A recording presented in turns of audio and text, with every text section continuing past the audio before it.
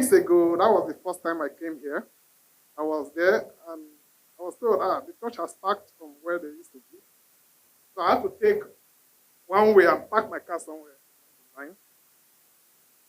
When I came here, before I came here that morning, that Wednesday, my child had a problem with his eye.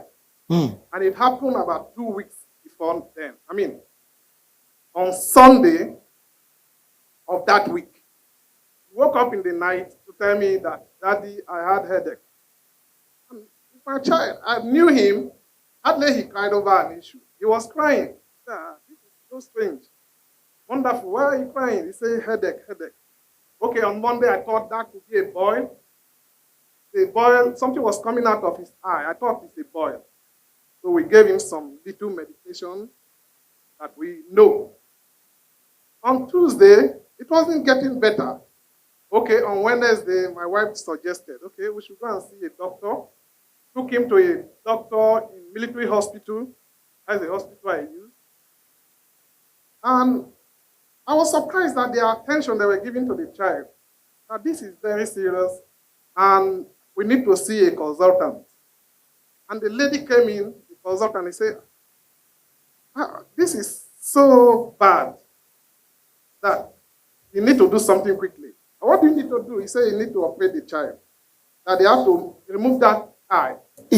How? He said, they have to remove it because if they don't remove that particular eye, the other eye might go wrong. Okay, what will happen to the eye? You wash it and put it back? Or he said, no, that eye you will not be able to see with the eye again. So my child will go blind with an eye? Say yes, okay. Meanwhile, I don't believe this report. Doctor, can we go back home? It's okay, we should go back home and come back on Monday of that week. That something needed to be done urgently. So while we left, they found out that a week to that week was Salah holiday. That they call me on phone. You need to come back on Friday, not on Monday, because if I stay till on Monday, the work may not resume because of the Salah and the Workers' Day holiday. Okay. We went back. That Friday, that Wednesday when I come here was a burden in my heart. Because I was trying to imagine having a child without an eye. The pastor was talking about the voice of the Protestant, right? Yeah.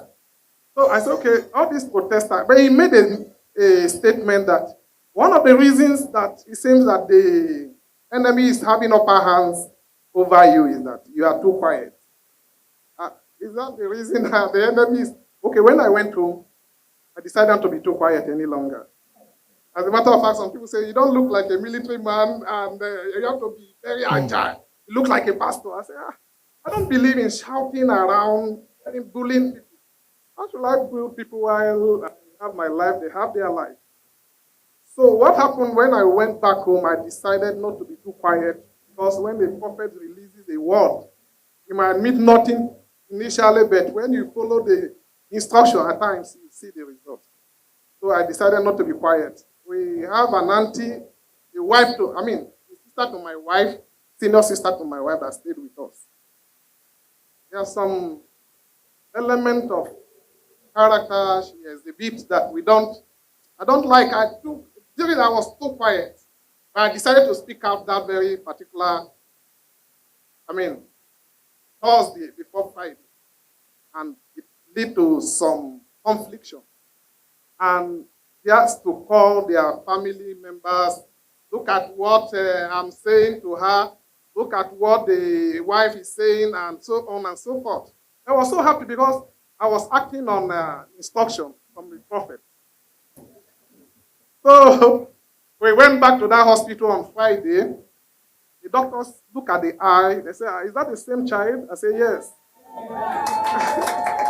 This is the same child. Because they told me that when I'm coming back, I should be ready for admission. They need to remove this eye very quickly. But thank God, glory be to God, the eye is normal. Oh my God.